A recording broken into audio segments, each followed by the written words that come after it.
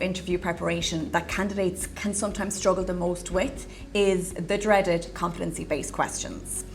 However, this actually is a really good opportunity for you to showcase to the hiring manager that A, you have the competencies that they want, and B, that you've successfully used them before in a professional setting. The key when answering any competency-based question is to give a real, tangible past example. Whilst it is, of course, impossible to preempt exactly what competency-based questions you might be asked, a good rule of thumb is to think about the role in question and the skills or competencies that that role requires. For example, let's take a corporate lawyer role in a practice setting. Part of this role is going to involve working a lot with your colleagues cross-functionally. So if I was the hiring manager, one of the skills that I might want to test is, can this person get buy-in from their colleagues?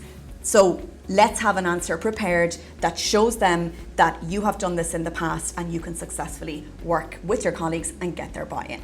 In answering the question and giving your past example, we would suggest a 4-step approach, or what's often commonly referred to as the STAR approach.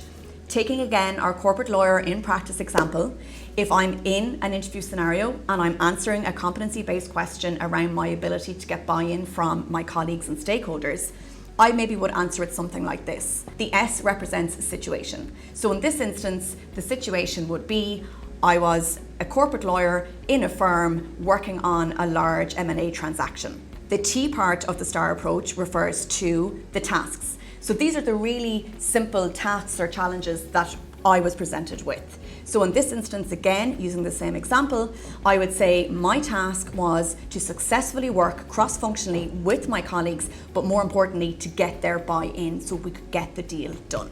The A part of the STAR approach refers to actions. This is the really key part in your answer, because this represents the really key, tangible, often very simple steps that you took to achieve the task. Again, in our corporate lawyer example, here it could be something like the following. You prepared a project timeline whereby it was very clear all the different parties that were involved, who was responsible, and what the deadline was. You circulated the timeline as appropriate, getting input as you needed to from other parties. Maybe you set up a weekly conference call so that everybody had a chance to talk to each other and update each other on progress. That way also any issues that were coming up were addressed and dealt with straight on. So all of these, they're really simple tasks. It's all about being organized in this instance, a project timeline, constant communication, and open door policy. But it's important in your answer to break down these simple tasks, and it's tasks that you undertook, not the rest of the team. The OR in the STAR approach represents result. This is always going to be positive in your example. So in this instance, what I would say is the result was the deal closed on time and on budget. We had some very happy clients. I worked really well with my colleagues, got positive feedback, and built a good relationship moving forward.